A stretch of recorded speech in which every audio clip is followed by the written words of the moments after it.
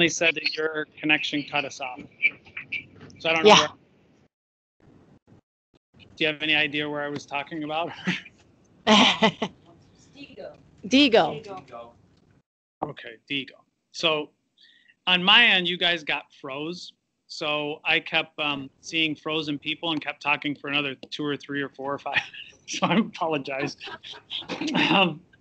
Finally, I'm like, nobody's moving and they don't seem to respond when I ask questions. So maybe they're not there. So Digo, I guess what I was going to try, and I'm going to maybe not screen share, maybe that even is taken away to your internet a little bit. If you guys are able to click, or I can just talk a little bit about it. I was kind of showing you the power of multiple things combined. So that web quest itself was that universal design as intrinsic motivation, because kids are starting with these broader questions that are that are what I would call essential questions in their mind. We then are using podcasting. We're using Google Docs that are self-correcting. We then go to Digo, which has a sharing collaboration piece to it. They have open-ended higher level questions they're finding answers to that they can't just copy, that they can't just get an answer to from. Then they're going down, they're doing their own blog. That would be the thing that maybe I would talk about a little bit too, is I think kids have to have a playground. So whenever we talk about students building or creating, inside of content, or core content, I get that we have to teach specific content. And there were a lot of people who talked about like the pitfalls. There are a lot of pitfalls. If I could give you the answer to motivate every single kid in your classroom, I probably wouldn't be sitting in a middle school right now if I could figure out that for every kid.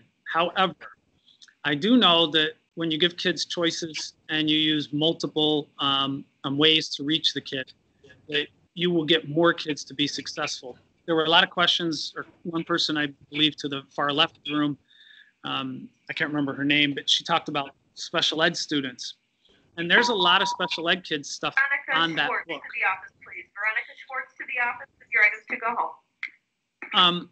And so students with special needs were able to find what they were good at. Now, what they were doing was PowerPoint, so they're doing Google slideshows, and they were presenting key information. So what their piece of the puzzle became is the more factual, concrete information that they shared with the broader group. Whereas kids with maybe a higher level skill or a higher ability were making movies. There's some movies on that book that have 500,000 views that were made by 12-year-olds. There's high school AP classes sending me emails telling me that the kid made a mistake. Yeah, he probably did. He's 12. He's not a historian, right? He's a kid. But that universal design, I think, brings more kids into the mix. Do you guys have any questions on that, or were any of you able to look at it so you kind of get a sense of what I was talking about? I don't know what you were able to see and what froze up on your end. Well, we lost connection. It said Western New York schools, so we're using a hotspot to keep the connection going now. Oh, well, maybe. So did you even see the assignment when I moved to Digo or no? Yes. Okay. So I don't know. Is there any questions on that assignment itself or how that kind of plays out? Anybody? No. All right. So then, I'll just kind of move down these and kind of talk a little bit this idea of creativity and how it's can be stifled. Rubrics for me, if I use rubrics, are a generic overview of what I expect the project to look like. It is not a specific, you must do this, you must do this. I get rubrics for written work or for larger assignments where you're talking about the transmission of ideas. But all of my kids, any of the projects you saw in the online book, and I know the book actually got taken down July 15th is when it was taken down. Wikispace is closed, which we haven't decided where we're going to put it or if we're just going to start from scratch again. It was a 10-year project, kind of 10 years into it would have been this year. So we may just start from scratch and go again, and I'll explain a little bit of that. But the rubrics, the one I give the kids on these projects is the only rubric I give them is add value to history. And then I give my kids trust. And then I check in on what they're doing quite frequently. But I have kids building in Minecraft. I have kids making movies. I have kids doing s'mores. I have kids doing thing links. I have kids making movies, music videos. they're all historically correct. Are there mistakes? Sure, there are mistakes. They're kids. But I know there was a lot of issues about we can't allow, wrong information to get in kids' hands. And then at the end, somebody talked about the fake news world and the knowledge of the world around us. And how do we evaluate all of that information? I try to teach the kids like I'm sure all of you do. Remember, I'm just a teacher like you. So what I do, I'm just trying to do the best I can. And I'm sure you're all doing great things and a variety of things with your students. But what I try to do with my kids is teach them they're in a trusting room. This is a caring environment where it's okay to make mistakes as long as we correct them. So I think I used the example. Somebody was talking, I'm going to look down and see which one I wrote that for so I can address that question directly. Did I highlight it? Of course not. There's one particular case where you're doing Joan of Arc. I put it in somebody's answer, the Joan of Arc story. And the Joan of Arc story, the kids were using Wikipedia. And I know a lot of people question Wikipedia. I did a PD for Blooming Hills, Indiana, which is where Indiana University is. And I went down there for 3 days with their administration, and we gave them a task to look at the development of educational philosophy over time, starting with the ancient Greeks.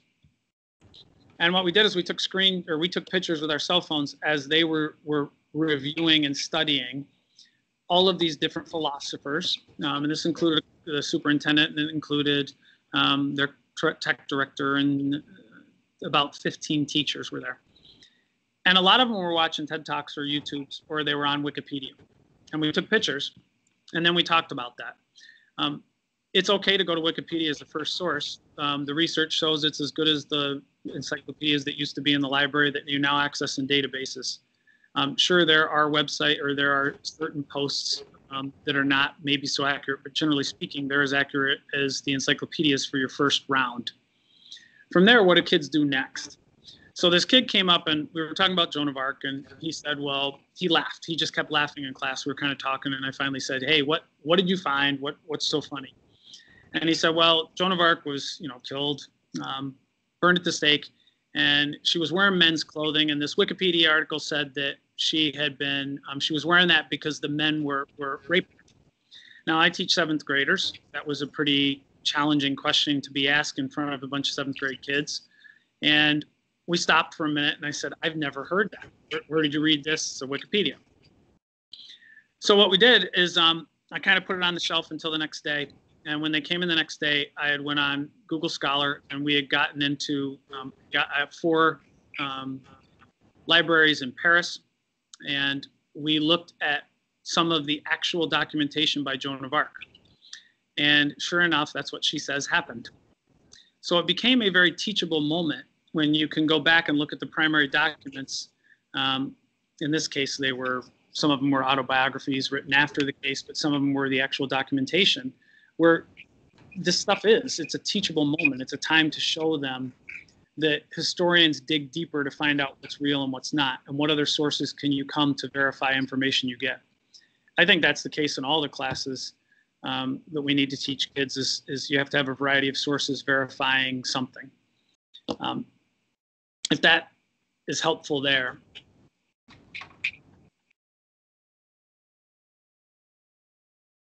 The next one I'm going to try to pull up is, you guys talked about, this one was Amy talked about the idea of sharing with kids across the country. How do you get the kids to be intrinsically motivated?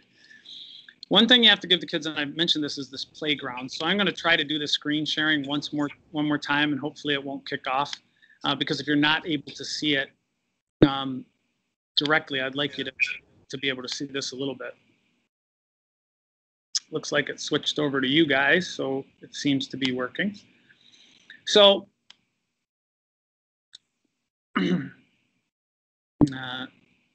so this is a student blog from 3 years ago. So she's now up at the high school. She, I believe, is maybe a junior or senior. So every kid in 7th grade has their own blog. We use Weebly to do that. And I think it's imperative to find a resource that your kids can use that become theirs. Another one had asked, one thing I will quickly add, how do we do this? The kids are 12 or 13 when they come in. Obviously, the first couple of years I did a blog with kids, it was a little bit more questionable. Parents had lots of questions. Now it's pretty much this the way the course works. The parents in the community know about it. It's something they actually are excited about. We offer an opt-out sheet. In 17 years, I've only had one kid opt out, and that was the first year. So most of the parents see the value in this. It becomes the kid's electronic portfolio.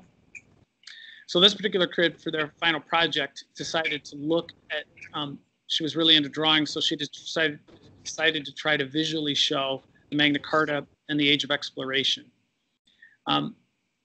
Each kid, somebody asked in there, how do you decide what they do in the book? The book, as we stated, was for no grade or no credit. So what kids did is they played on their blog. They built things for their blog, and then we had kids vote for what they thought was the piece that should be on the book. So, you know, this is a movie. So this is kind of her movie she built. I turned the volume down a little bit, but she wrote a whole blog piece, which is a lot of writing, right? And so the kids would see these things, and we do a lot of a variety.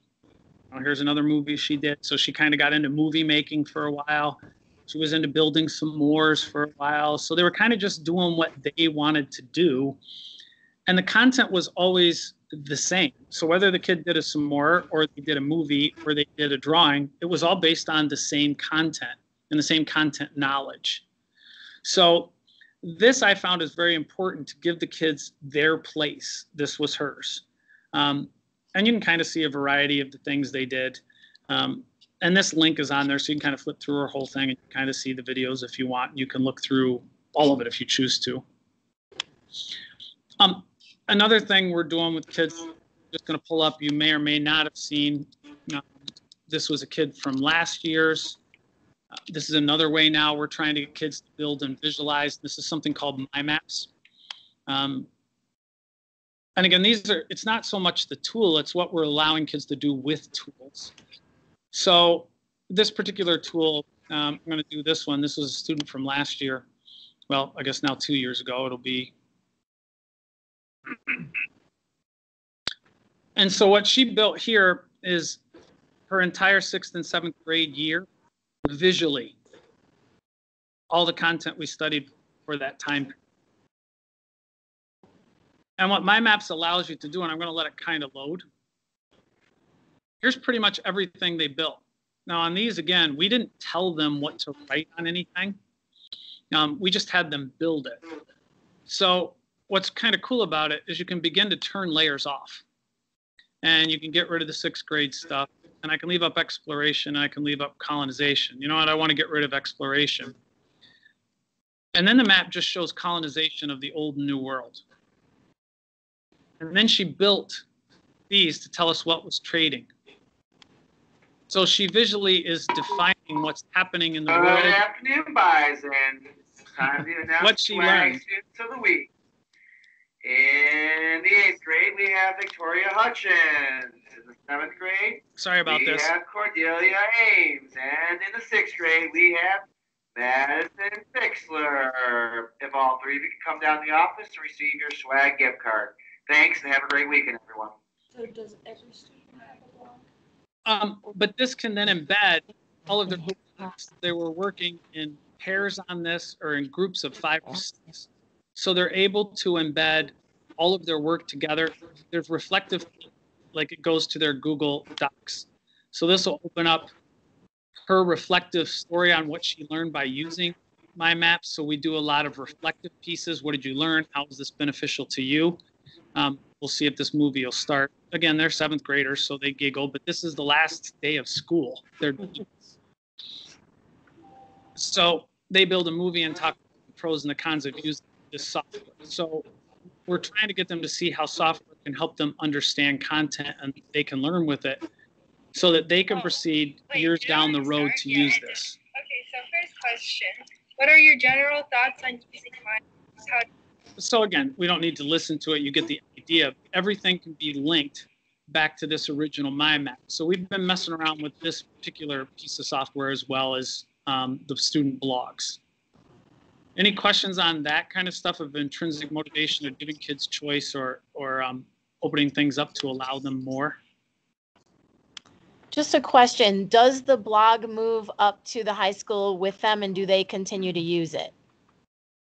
Currently, the blog is being used at 8th grade. Our high school is not using the blog directly. So the answer to that is no. Our high school staff does some other things. They are using the mind map at the high school. So we started it in 6th grade with the 6th grade teacher last year. I got him to use it.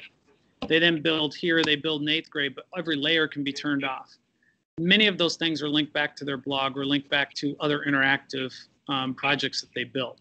So some of those kids' movies will be linked directly to the mind map. So it becomes an electronic portfolio of a social studies class in this case. Okay. But I would recommend a blog, like a wiki was what I started with, is the idea of a play space for kids. The problem was the wiki became a book. When it becomes a book, it's not really a play space, it's a place to put the final product. So the blog became their play space. And you have to give kids a playground. They have to be able to experiment with softwares and how does this or that help them understand material. And I guess I go back to your questions too. My students are constantly, actually I am going to kind of pull this back up, I think.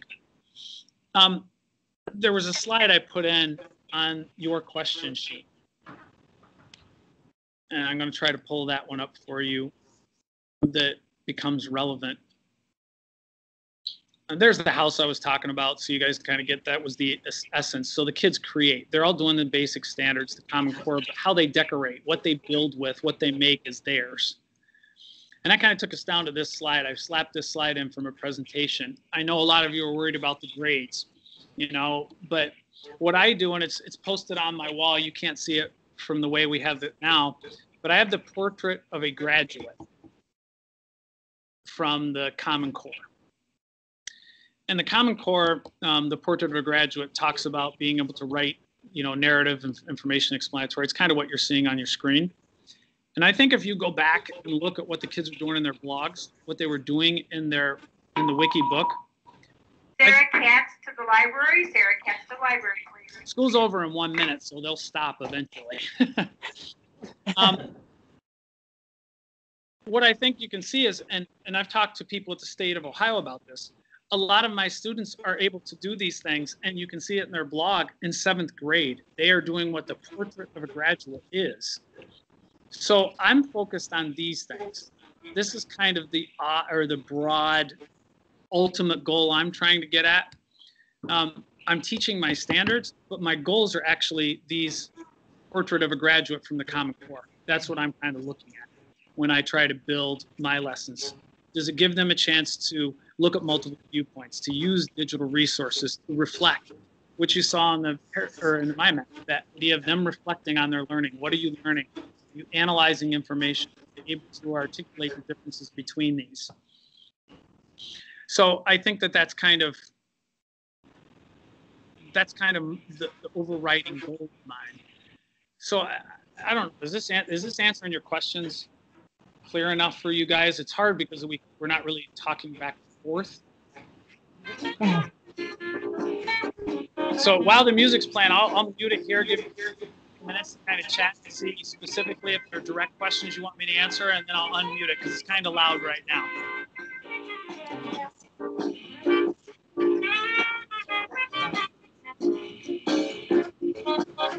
If there's something specific other than the questions that you sent him, we can do this too.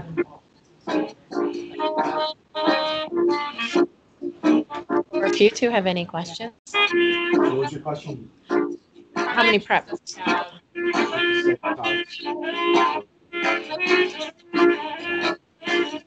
The music.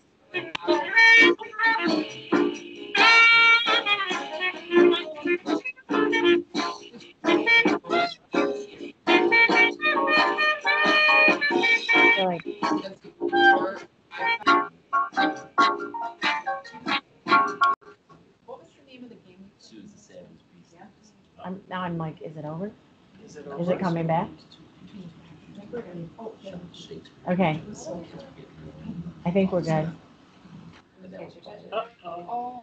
We're listening. Uh-oh. I didn't click on anything. I'm over here. All right. Can we talk? Now we can talk. Okay, Gretchen had the question, how many preps do you have? And how long are your classes? And I would add, like, do you stay in your classroom or is there a collaborative space that you also use? I got the part of what you said. I didn't unmute my end. Oops. So you started the question, so I missed it. I apologize. No, the question was, like, how many preps do you have? Are you doing just 7th or 7th and 8th? How long are your classes? Do you work in 40 minutes or is there a block? And I asked about the space, like, are you just using your classroom or is there another collaborative space and time that you use? Okay, I teach 7th grade only. We have 3 social studies teachers at this building, so we are teamed, but we only teach the one subject. So I'm not doing multiple subjects. Second, our periods are only 42 minutes. I think they are 43 minutes, something like that daily. We do not do any block scheduling here. And this is the only space I use. I will kind of make this big screen for me, and then I can kind of show you what I have set up in my room. So I hope you, let me see if I get this right. So, well, first thing, I know there were some questions. My room is set up where I'm at the back of the room. I teach from here.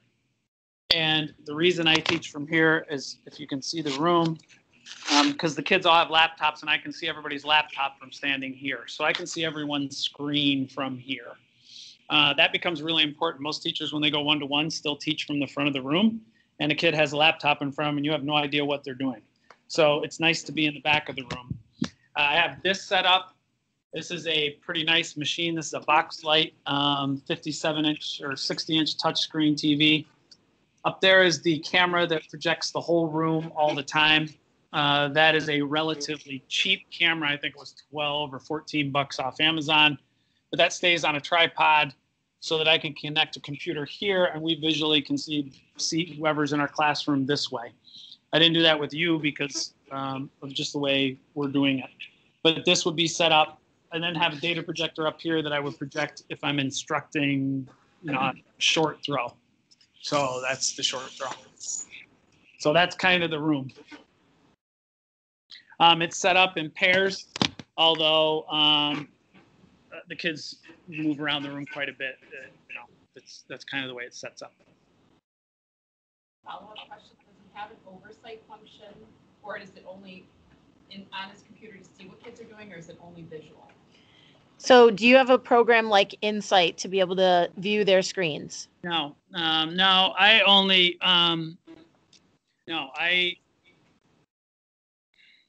that whole beginning of the year becomes really important to me, this idea of building trust and kids understanding digital footprints and digital legacy. I have found in 17 years that I spend probably 3, maybe 4 weeks without doing any content. I do a lot of cultural development in my room, what this room's about, how this room works, what does it mean, these things, and I put a lot of trust in the kids. 95, 97% of the kids do what I ask when I ask them, but that is not the case necessarily in other classrooms. I think there's a lot of kids on games, there's a lot of kids in other places, but I think I've built a relationship with the kids where they feel like their work is of value, that other people are seeing their work. Their work isn't just good enough for me because I put it out to the whole world. Other people are seeing it. A lot of kids will do work good enough for you. But when you give it to the broader picture, this idea of opening their world up to the world, not just you, that changes the output of work and kids become much more focused. If they know next year kids are going to watch their movie, that changes the dynamics of what they're going to produce. Does that answer your question? Yeah. You guys have any other questions? Keith? How do the kids get a grade at the end of the marking period? How does he score them? Does he score them?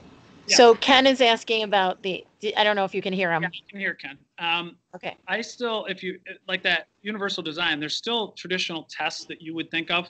I still do multiple choice tests, short answer tests. Multiple choice is always graded electronically. The short answer I read and grade. So my grades are based on assessment scores. And then projects tend to be completion grades. And the rubric for those, so I'm still looking at mastery. The kids get a mastery level of information. They're proving that in traditional methods. Okay, that would be on that universal design. They take that mastery quiz at the end. If they don't get above an 80%, then I'm going to sit down with them. The other thing is I'm not lecturing to kids. So if a kid does get below an 80%, I can sit down with that kid and spend 20 minutes going over what they don't understand, explaining it. And the other kids are busy working. They produce pretty awesome stuff. But so I'm still giving a traditional grade, ABC, just like you would. I'm still holding the kids accountable for a knowledge base of information. It's just that we go a step beyond that once they've accomplished that mastery. And if you look at that universal design, there's play in how much time kids work on it. Some kids can move very quickly through that and complete the task and show mastery, and then they'll build for 3 or 4 or 5 days. Other kids are still mastering content. So kids are all over the place in my room. That's the hardest part, is keeping track of that. That's where the electronic resources come in helpful for me as a teacher, because I can get electronically the electronic feedback of what the kids know and don't know immediately, and I can go back in and look at any time. Does that answer your question? Yes. So do you have students that move on to like a next content area prior to assessing, or do they stay in that content area working on their own until after that assessment? Does that make sense? I would have kids that were like inside the middle age web quest, let's say, even that thing link you looked at with the classroom, you had some kids working on quest 6, some were on quest 7, some might even have been on quest 8. So they can move through that at their pace. So it's almost a backwards design of curriculum too. There is a quiz already created that shows mastery level. That quiz is available. They can take it whenever they are ready. I don't let my kids take multiple. I'm not like, look, you can take it 6 times. That's all right. I don't let the kids take it 6 times. I'm like, you take it once. That is the score. That's mastery. So it's not like they can take it and then do a little bit of work and take it again. And I don't do that either. You need to be able to show mastery. But most kids work a little bit harder because they want to get mastery, because they want to be able to produce and build and create. Okay. The other thing, you talked a lot about pitfalls, and I'll try to respond to that just as quickly as I can. And then if there's any other questions, I'll take them. But, I think it was Jamie at the end and somebody else said it, that they were piggybacking on each other's. The biggest pitfall is obviously teacher control and the shifting role of you and me, what our job becomes. I always say to my special ed teacher who does an inclusion class with me, I'm like, are the kids getting it? Do they know what do they know it? Do they know it? Do they know it? I don't, I get panicked because I still know they are responsible for certain things. But I get so much formative assessment from the kids. I really, if I sit down and think about it, I'm like, yeah, they're getting it. They know what they're supposed to know. That shifting role, though, is pretty hard. You have to trust your kids. You have to build that culture, because that shifting role of turning control over to kids can be a frightening experience. But I think there's a lot of training that goes up front. The second thing is obviously the student effort. Can you get kids to produce, to do high quality work? It's always problematic. But I look at, can that kid produce the best they can do? So here's an example that somebody asked about special ed. One of the students in Digo, she just could not pass a traditional knowledge check, I call them, but they're quizzes, multiple choice. Here's the facts. Here's the things you need to know. She just couldn't do it. But we looked at her Digo, and she was the most active kid out on the web, reading articles, highlighting. She could highlight, 2 articles on the topics we were doing, highlight the right stuff. But the next day, she could not recall one thing she highlighted. So for me, it was eye-opening as a teacher to see this kid really, really working, but still not being able to pass a traditional exam. And so there's so much that you begin to it expands your view of what kids are doing and what people do. I think that probably process, as a middle school teacher, I look at process as always more important than knowledge base. I think learning to learn is more important than knowing who was the emperor of some ancient world. I'm going to buy that for a long time. And that doesn't mean I don't care about my content, but I want kids to learn how to learn. They can always find the answers to information. I think they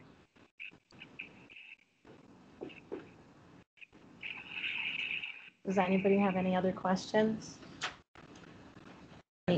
Keith. You talk about the building of trust and the training. Now, obviously, within that year of that group of kids, but has it been in your school? Have you noticed a difference over the years since 2001 where you don't have to do as much to create that culture? No. I mean, how long does it take No. school-wide, not just within your time period you have the kids, but as a school? The answer to that is I think we have to spend more time on it now. I think the things you mentioned in your questions, the technology and how technology has exploded and cell phones and the things they have, I think it actually takes longer now to teach that culture than it did 15 years ago. Because when we were doing it 15 years ago, all this was new. Kids were so excited about what we were talking about that they easily bought in. Now that buy-in process is taking longer. So I find that it takes more time to get them to buy into these ideas than it used to.